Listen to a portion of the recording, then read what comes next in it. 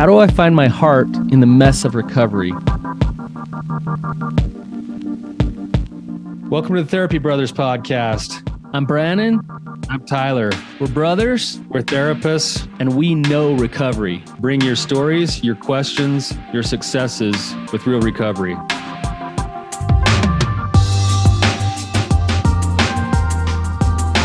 Hey, Tyler, you ready to have some hard conversations? Let's do it. Let the Therapy Brothers podcast begin. Brannon, what is going on, man? You're looking dapper today. Oh, I thank you. Yes, your locks are like extra curly or something. Yeah, it's so weird. Like I never knew about hair, but the weird things that you have to do, like you like crunch it with your hands and stuff to like make the curls stay. And I don't know. Usually I just wake up, shower, and whatever it is, so that's the question: is how long did you spend today getting that to curl that way? This is enough. I did nothing today.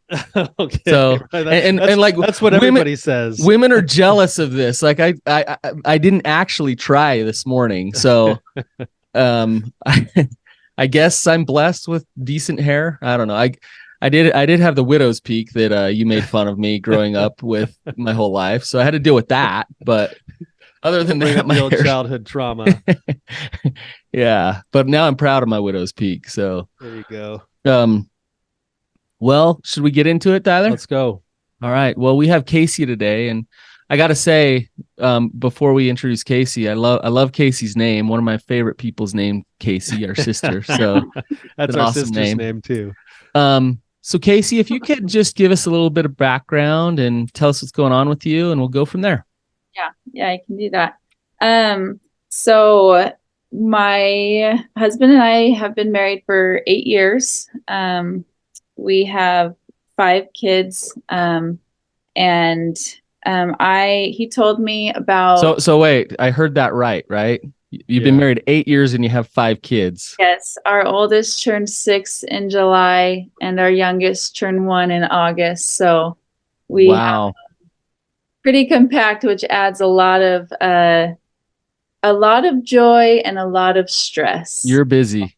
Very, very busy. So yeah. And we had a really quick dating experience. People are like, oh, we dated like a year. Dallas and I, my husband and I dated for 2 weeks before we decided to get married. So it was super fast. He told me about his pornography addiction about just a few months before our second anniversary. And just because of some trauma that I've been through in my adolescent and early college years, I just became super codependent. And I would say I enabled his addiction for a very long time. And I mean, Tyler can attest to the belief that I had that I was just going to love him out of this addiction, that I would never kick him out. I would never, I would never do anything drastic. I was just going to try and love him through this. And so we've been working, we're both in groups. We've worked with Tyler for about 5 years off and on, just trying to work recovery. The addiction is still pretty active. And we actually just had a shift about 2 weeks ago. I did some holotropic breath work with some of the girls in my group, and it really shifted something in my belief system that I believe was causing the inability for me to start taking this seriously and seeing it for what it is. And so now my husband and I are actually separated. He's living with his parents and I am living in our home, and it will be that way until there's a significant amount of sobriety and recovery. And so that's where we're at. That's kind of like the condensed version, the watered down version of everything. So yeah. Wow. A lot's been happening. Yeah, I've done more recovery work in the last 2 weeks than I have in the last 6 years. Yeah. So, yeah. Can I ask you, maybe it's hard to put into words, but what shifted 2 weeks ago that hadn't been there before? For me, it's actually really easy to pick it out. I discovered that I had a belief that I was not enough to God, that I was never going to be enough to him. And during this breathwork session, the girl that did it, it was a guided meditation also. And it ended up kind of the climax of the experience was this meeting with whoever we wanted to imagine. And I imagined God. And this meeting with him. And in this meeting, he just put his hands on my shoulders and just looked me straight in the face and just said, "You are enough to me, no matter where you are in life and what you're doing, you are enough." And then she kind of after that took us back through our life. And so just having that shift that I am enough to God, has been a really big change for me. Because I think my whole life, I've realized since I submitted my question, I've realized that I've conformed to groups of people my entire life because I just want to feel loved and want to feel accepted because I didn't feel that way from God. And so I think that shift in my mindset, especially with my husband and I situation, I started to realize that I was enough to God and I didn't need my husband anymore. Mm-hmm. If that, in a healthy way. Mm-hmm. And so I was able to stop enabling him. Your what you're talking about, Casey, is so interesting to me because when I talk about real recovery, a lot of people can't quite define it or understand what it is. Mm-hmm. And you're kind of doing that. You're getting there, talking about what actual recovery is. When we talk about your recovery, I want to ask you what is that? And when we talk about your recovery as a couple, what is that? Like what do those things feel like and look like? What do you think? For me personally, my recovery, at least the way that I envision it, is I want to become an individual. I want to become somebody that knows kind of just like what makes me tick. I want to know like the things that fill me. Mm-hmm. I want to be true to those things. I want my relationship with God to be something that I create, not something that I feel like other people are telling me how it should be. And so for me, I think in the simplest terms is recovery for me is being true to my own heart. Mm-hmm. And I have to discover what that is in order to do that. But it's, Casey, before you answer the next question, like what you said is so important. In order to be true to your own heart, it requires the strength and the courage enough to not need other people's acceptance and validation. And so it's kind of this catch-22 thing of like, well, okay, I got to let go of trying to get my worth from everything else. I got to trust that God does love me, what you were talking about earlier. And then I can resonate in self-love, self-acceptance, in peace, in all of those things. And then I can act from that place rather than acting from this place of fear all the time, trying to make sure that I'm okay. Yeah. It's a very different way of living, and it's a very different way of feeling day to day when you have that answer already. Yeah. Right? Yeah, it is. Even just in the last week or so, it's been very different to just go through life with that type of belief, not needing other people, because I have lived my life that way forever. As long as I can remember, I've picked out points where I did things just because other people wanted me to or liked me in that way. So before you continue on too, I just want to point out specifically for our listeners a couple of things, that sort of principles that you were speaking that you didn't say exactly. But one is that you've come to this understanding that you are accountable. So that's one, accountability. And the second one is creation. It sounds like something in you wants to go create. You were saying to create the life I want, create the relationship I want with God, not what I've been told, but I'm accountable for creation. And I think that those two things put together are really powerful in being able to move you into and through and into new places. Now, it sounds like the reason you're coming on the show is because you're starting to step into some of these places and they're maybe a little bit foreign to you. Yeah. And maybe a little bit scary and kind of messy right now. But before you go there, you can finish, if you want to finish Brannon's second question. What's recovery as a couple?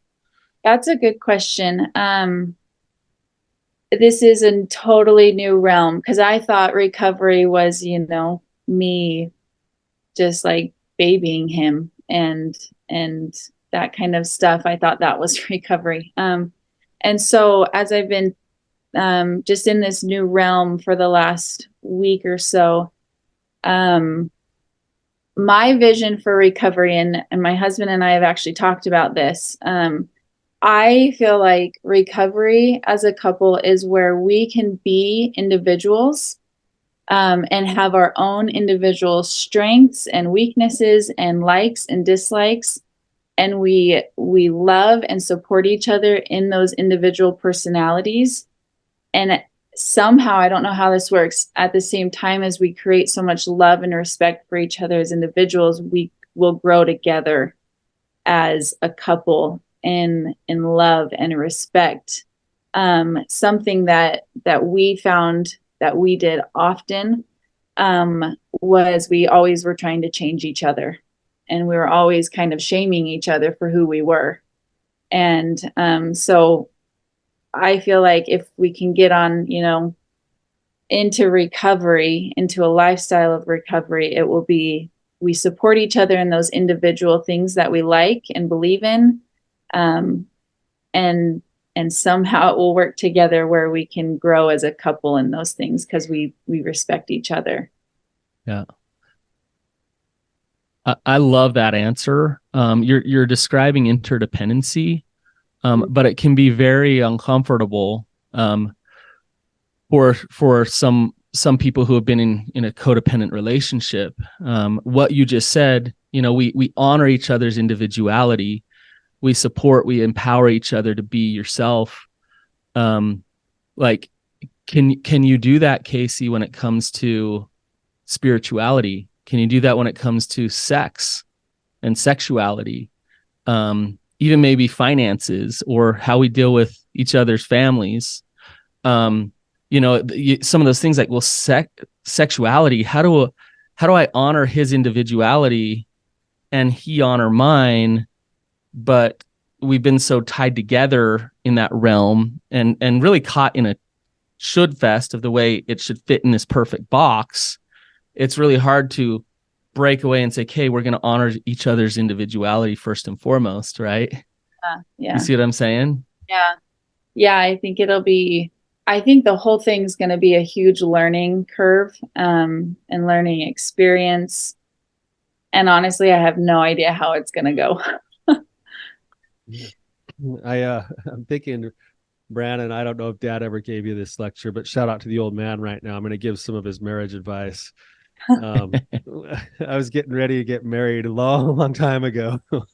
And my dad said to me, it's like, Tyler, like, people always talk about marriage being this thing where you come in and it's a 50-50 thing to make it work. And he said, you know what, Ty, like, a good marriage is actually different than that. A good marriage is 100 and 100. And the thing you focus on is your 100. And I heard that, and I'm like, okay, yeah, I get it. Like, be the one to always give your 100%. But talking the way that we're talking right now, that advice actually becomes even more important, because how do you give yourself to a relationship if you don't even know who you are? If you don't understand what your value is, if you don't even know your own value, how do you give it? Right. And so when you've got two people who are actually working that honest recovery of systematically being reminded who they are, uncovering the parts of themselves, going on this journey to understand and know themselves, the more that uncovers itself, if you've got two people doing it, the more that you can actually give to one another. And most of us sit in this world where we think the other person is going to complete us and tell us who we are, and then it never works because you got two bankrupt people taking withdrawals from one another. Yeah. Right. Jenny, my wife, sent me this quote the other day, and this is off the top of my head, but it was something like, more than any plant medicine or retreat that you go on, or therapy that you do, you will know yourself better if you're in a healthy relationship. And like, it is the thing that provides the most opportunity, if it's a healthy relationship, for us to really know ourselves. Mm-hmm. If you're in an unhealthy relationship, it actually gets in the way of it. And I think of you, Casey, like, your husband's out of the house now.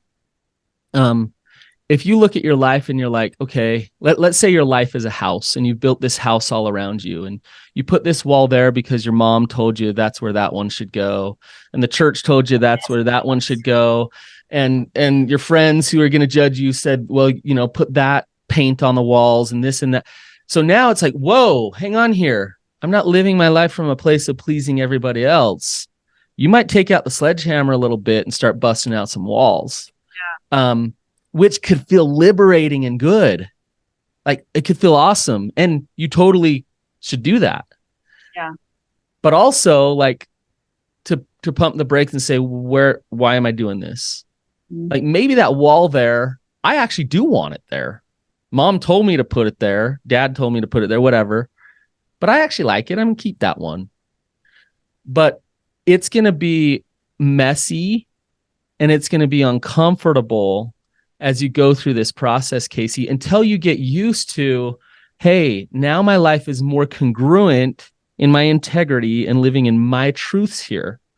To get back into that congruency, there's a process of discomfort that and chaos that needs to take place. And so having your husband out of the house, I think, is like removing a metaphoric wall, right? Yeah. And then you're asking yourself, okay, for me to feel safe, for me, independent of him and his truth and who he is, for me to feel safe in an intimate relationship with him, what does that mean? So now, how do I operate in that space now that I got some space from him in stepping into that? And you're now acting from a place of power and love, not from a place of fear and control, which is very different, right? Yeah. Yeah. And I actually feel like something just right before I jumped on, something that hit me is for 6.5 years, I've been able to hide behind his addiction, where I say, oh, well, you're doing this, so therefore I get to do this, or I just get to place all of the things that I struggle with and say, well, it's because of his addiction. And so, yeah, now that that's removed, and I mean, it's at least not in the house and I'm not surrounded by it all the time. I am really having a lot of time to think, okay. About you? Yeah, about me. It's not there to like place blame on anymore. And who do I want to be? And what do I want to do with my life? And, it's been, like you said, it's been really like kind of scary and messy, and really had to be introspective and figure out, all these voices that I hear, what I want to take and what I want to run with. And so, yeah, I agree. It's an interesting place to be in, Casey, the way you just described it, where you laughed when you said it, but you basically said, by setting the boundaries that I've set, you did put yourself in an interesting spot where you have to realize that there's a tendency in you to want to absolve yourself of responsibility and blame. Yeah. And now you're like, oh, I got to work on this, whether he's in the picture or out of it. Oh, I got to work on this. And that can be extremely empowering, but it can also be really like difficult and heavy. Yeah. too, right? Mhm. And the question is like, how do you lean into it with eyes of growth rather than getting buried by the heaviness or wanting to go back to the old way of being, which is, you could anything could be your husband's fault today if you want it to be. Yeah. Yeah. Yeah. Yeah. And maybe, I don't know, something I've been feeling lately, or maybe just in the last few days, because we've been separated now for just over a week. And coming from someone who's really codependent, like I'm already starting to feel those, like, maybe not the old beliefs, but the old habits starting to really want to, almost like my own addiction, an addiction to him, where I'm wanting to start checking up on him more when that's something I know I don't want to do. I want him to be accountable when that's appropriate. I just feel all these like anxieties coming back. And it's really hard to not suppress them, but to like just be like, it's okay, And so I don't really know how to work through those things right now, because normally I would just call him and be like, what's going on? How do you feel? Are you struggling? All these codependent things. And like, what can I do to help you? Like, I would just want to fix you. And then if something has happened, I'm in the one up position now and get to do whatever. And so I feel all of those tendencies in that cycle starting in me. And now that I'm not in that situation, I don't know really how to work through it. Okay. Excellent. I have some ideas for you. Okay. It's interesting though, like that anxiety and those feelings, are they valid? No, Okay. not. I would say they are. I'd say they're very valid. I think Brannon, I think a lot of them are normal, but some of them are actually not justified. Right. Yeah. Okay. So let me distinguish. Valid, yes. The feelings are real to you. Yes. You feel those things. So I could come along, as a therapist or a husband or whatever and say, that's stupid. Don't feel those things. Don't.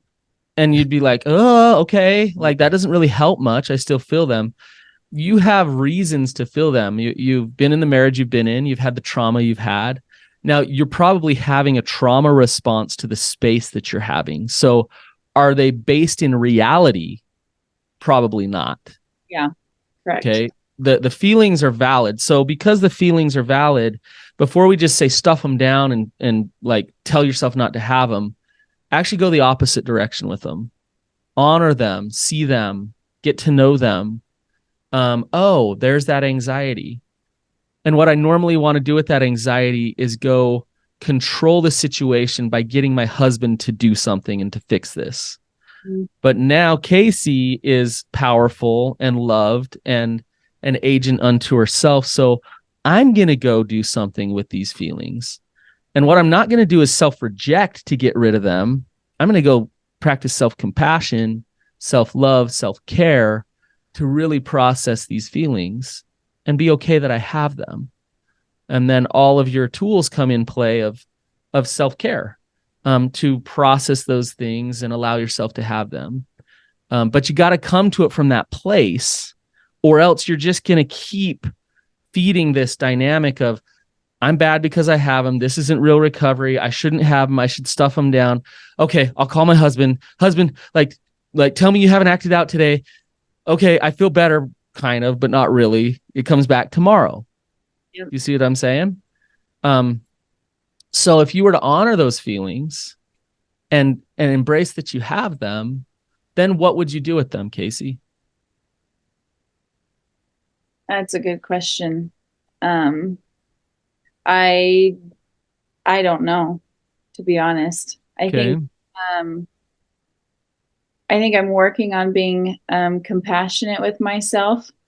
I think self-care at times is really hard for me. So I also homeschool my children.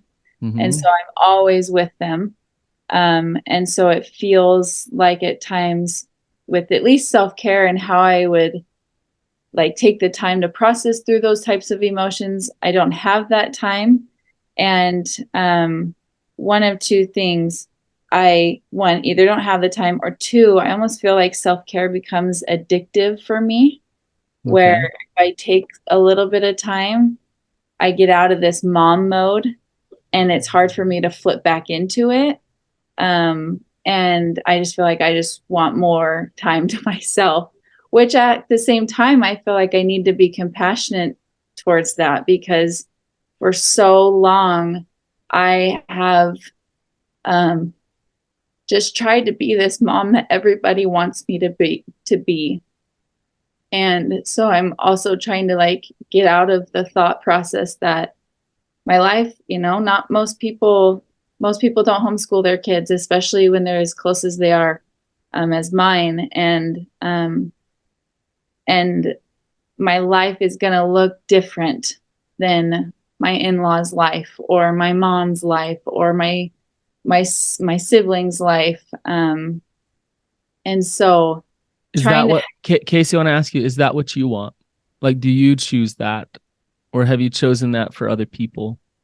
Like homeschooling or just the whole, I chose it for me. It was an experience that I felt like God wanted me. Well, it was, yeah, I really feel like it's what I'm supposed to do. But at the same time, then I get all these voices in my head about, well, good moms do this. And it's like, well, in that situation, like that mom's not home all day with their kids. And so to feel like I have to be with them all night when I'm with them all day, it's not a normal life. It's not normal. I don't live in that typical situation. And I'm having to work really hard, which comes down to the whole conforming thing that I felt. I'm having to work really hard to push opinions away instead of embracing them, even if I don't believe them. It's literally feels like work to have to push all of these thoughts away because it's what I should do. But I don't feel like it fits in my life, if that makes sense. To go along kind of with what you guys are saying, Brannon, and I know you said you were going to offer some other stuff too, so I don't want to derail it too far, but just it's right in line with what you were saying. I like what you're saying is that you become aware of that thought or that feeling that you're having. You meet it with curiosity and self-compassion first, and then you ask the question, does my reaction currently fit the facts? And if my reaction does fit the facts, then I should continue with my reaction and carry on. But if my reaction doesn't fit the facts, that's when you move into a new set of choice, whether you're either going to practice the art of surrender, but you're doing it with compassion now instead of judgment, or you're going to move into what's a skill called the opposite action skill, which is to actually do the opposite of what you're feeling because you've seen that the facts don't dictate that that's what this situation would warrant. So in your case, it would be, okay, like my reaction doesn't fit the facts. It's okay that I'm having it. And I'm going to step into accountability and creation or whatever else, self-care, those things, one act of those things in order to help my body rewire itself to the facts. Yeah. So that's one way, that's just one little skill set that you can use that curiosity and compassion to then ask the question, does it fit the facts? And if it does, carry on. If it doesn't, either move into acceptance and surrender or opposite action. Yeah. That makes sense. Yeah. Yeah, it does. Casey, I want to ask you, how do I word this? Do you want your kids to learn that dealing with their emotions is important? I do. I didn't used to believe that, but I do, and I feel like it's also very important. Okay. You'll see where I'm going with this one. Do you want them to love themselves and take care of themselves? Okay. How do you teach them that? I do it. Yeah. Okay. So on one hand, it's like, but I can't, because if I do, I get addicted to it, or I'm too busy. I have way too much. I still see a lot of kind of constructs of shame and should running the show as a mom.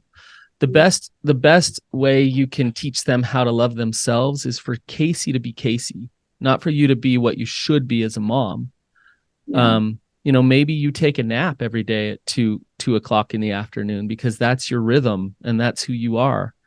But for you to let go of what you like, what you're supposed to do, to really know yourself, and then to allow yourself to step into that, it's really important. And I know with 5 kids, it can feel impossible, but there is some things you can do. You can do self-care with them. You can go for a walk with the kids and put them in a stroller and go down wherever. Or that's a wide stroller, Brannon. That's like a country road type of a. Okay, but we'll put them in the van and go for a drive then. Or things like, hey, every other month, or I'm going to take a weekend that's my weekend, and husband, you got the kids. Like, I am gone. It's my weekend. It's going to happen. Like, there's no ifs, ands, or buts about it. Like, I'm taking a break from being a mom because I need to come home and be a mom. And so, like, I got to do those things. But right now you're in the grind of it. You're in the thick of it. It's not going to last this way forever. And right now it's really important that you show up for you. And it's cliche. We hear the whole thing, take care of yourself first so you can take care of others, put your oxygen mask on first, all those things. But when you're a mom with young kids, it's like, yeah, I know that's true, but right. Yeah. So. Yeah. And even for me, just like, even when you said, you're going to take a whole weekend, it's not only like the mom stuff for me, like I should be there with my kids. It's also the, something these are all the things that I'm trying to work through to figure out what my individual belief and feeling is about this. 'Cause like finances, my husband owns his own business and we're doing pretty well, but it's kind of been like beaten into my head that there's a certain financial life we have to live. And it's just like, I feel so much shame about it when this is kind of starting to go deep. 'Cause in my family growing up, my parents they just lived on debt. But we did well. We didn't have a ton of stuff, all these things, but we were a good family. And then on the flip side, my husband's family is very much about like save, for frugal about everything. We don't get into debt, all these things. And I've really been kind of shamed for how I grew up, because I still have those tendencies to, like, self-care for me is going shopping. Not that I'm going to go spend $1,000, but just even like going through the stores. And then if I'm like walking through the stores and my husband calls and he's like, oh, great. And, it's all of these different areas of self-care, or just all these beliefs. It seems like there's always something that feels shameful about who I am. And that's like what I'm starting to try to like work through is, okay, I want to come to an agreement on finances so that I don't feel so shameful about who I am. Same with like, intimacy, and same with being a mom. My mom worked my whole life. There's a lot of trauma around that for me. So I don't believe that I want to work, but maybe I want to have a side thing. And, am I a bad mom for wanting that? And because my husband's mom didn't work and she was a wonderful mom. But at the same time, like, she didn't homeschool her kids and she wasn't with them all the time. And so I'm just like in the middle of, just like what you guys have said, where it's really messy. I'm really having to sort through a lot of beliefs from two families I love so much, and trying to figure out where like God wants me And at the same time, having to deal with all the natural codependency things that are coming up. And, my husband, I want our relationship to work, but I'm also like, sometimes it's easier to feel like it's just not, and just to move on. Mm-hmm. So there's just a lot of emotion going on right now. Having to break the codependency and having to find myself in the middle of all of it. Could I ask you, Casey, let's use the financial one for a second. Let's say you decided to go window shop and you ended up spending $1,000. What would that mean? At least my immediate thoughts is I'm undisciplined. I have, not that my husband makes me feel this way, but I've disrespected all the work that he's done, and the time he spends working and all his hard work. And I'm choosing to be materialistic instead of something else. Mm-hmm. Okay. So you're irresponsible, you're selfish, you're materialistic. This is kind of getting to the point Brannon was trying to make, I think, is that you're still living in a world where there's no room for risk and mistakes. Mm-hmm. Like, what happens if you go and make a mistake? Let's say you do something and you make a decision as a mom about the kid's schooling and it backfires in your face. Like, so what? I don't know. You're so afraid of that guilt and that shame being confirmed that any little, you don't have any room to take the risk to do the learning. And what if instead you kind of looked at yourself, and this is where the continued wrestle with God comes in, as a continued work in progress, which means if you go too far one direction, you can still correct back. Like you can make corrections as you go and as you learn, rather than needing to have it perfect right off the bat. Yeah. Right.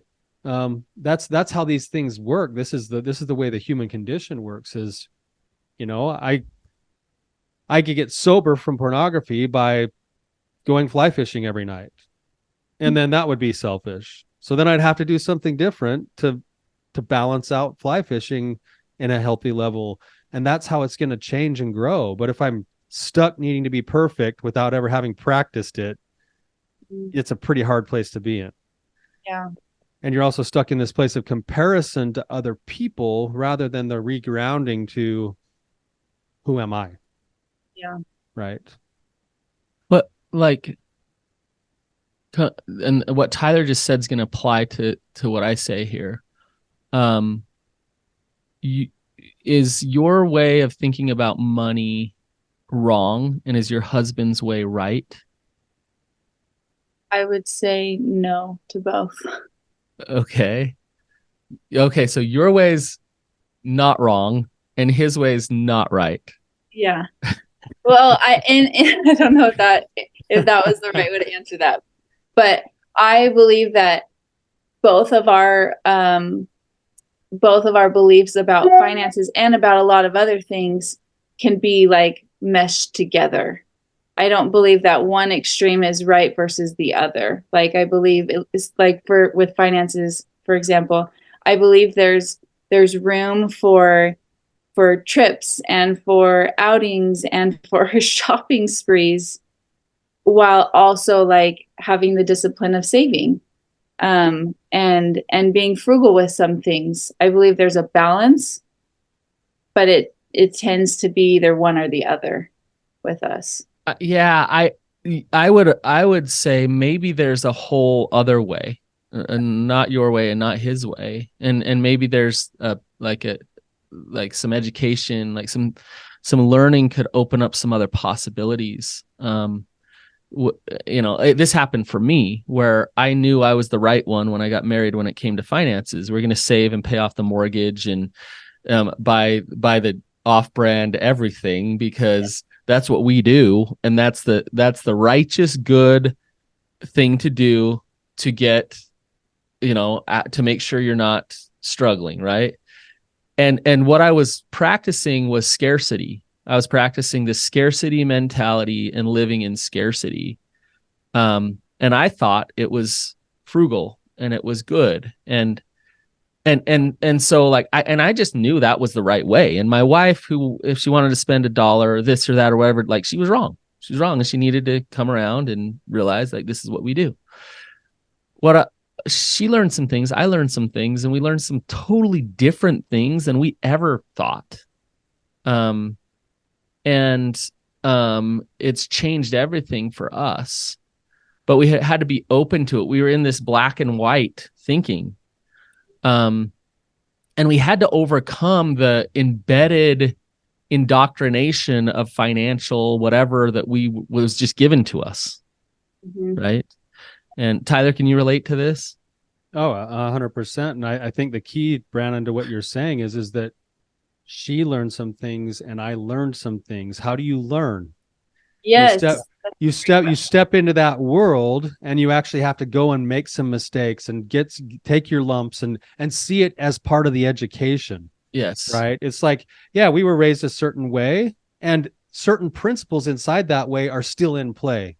Discipline, being wise, living on a budget, knowing where your numbers go. And the other side has true principles, and somewhere in the middle, and maybe even a whole new dimension of other ways of looking at certain ways to handle money, that you have to have the courage to step into the wilderness to go and learn.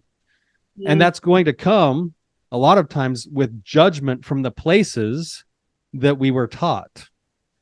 Right. It's interesting, Tyler, if we talk just not to get too far into this, but mom and dad, we learned a lot of our stuff from mom and dad. And that's where we learn a lot of our stuff. But I've actually seen our mom and dad shift even later in life. They're buying things and leveraging out and taking risks that I never thought would happen. They've changed so much. Yeah. And so I think they're more free when it comes to the flow and the velocity of money and things in their life, because they've had the courage to do that. And we're kind of getting off course here, Casey. Back to the point. The principle, point is, though. Yeah. Get to the principle. The principle is freedom. The principle is not living with a cage around us and bars that dictate who we are. And so and you said this at the beginning of this episode, Casey, where as a couple, you come together and you're both able to be authentically me. This is who I am. And then you navigate in that relationship together, and you respect the other person for being them, but stay authentic yourself. And so instead of never buying that thing at that store, maybe with your husband, you say, hey, sometimes how can that work for you? Because I'm going to be honest here about who I am. I'm not just going to conform into this thing that you're telling me that I should be. Yeah. But I do care about you. So let's work this out together. Yeah. Right. Yeah. Casey, we're just about out of time. Have we even gotten close to what you were asking today? Maybe. I think the main thing I'm taking from all of this is that I have to be willing to risk the learning process, or like risk the comfort of maybe control and conforming, knowing that I am accepted in other people's eyes when I conform. And I have to be willing to step into the wilderness to learn, into the learning ground, which is really exciting and really scary. And learning to be compassionate with myself through the process. I think that's kind of what I'm getting from all of this. And that's how I don't feel like I can find my heart in recovery unless I step into that. Yeah, I think you're spot on. And I encourage you to continually bring yourself back to seeing it as a learning process rather than a need for perfection. Yeah. Yeah. You can always course correct. You can always change. You'll grow. You'll make mistakes. I promise you, you're probably making some mistakes right now, and you'll learn when you realize it. Yeah. And you'll make changes and adjustments, and that's okay. That's as it's designed to be. Yeah. This shift that you've had is the beginning of some real growth for you. But man, it's awesome. I'm so excited for you, Casey. I'd love to talk to you in like a year and just kind of see, what walls you've torn down, how much you used the sledgehammer, and how you're feeling, like how you're feeling about just like living a more authentic, congruent, free life, where you're going to create a lot of good stuff. Yeah. So Well, maybe we can do a follow-up in a year. let's do it. That'd be Perfect. good. Brannon, you didn't know this, but you picked the perfect metaphor for Casey because her and her husband, they actually like remodel homes for a living. Yeah. Oh, what do you know? Yep. Yeah. So you picked a good metaphor today. Nice. But Casey, thank you for your willingness to come on today and to share yourself the way you did. Those of you guys listening, hopefully this hits some nerves for you in good ways that get you thinking and wrestling with your own recovery. If they're meaningful to you and you'd like to give Casey feedback, one of the best ways to do that is just to leave us a review, and we'll make sure she gets that information too. So thank you guys. Yep, we'll see you.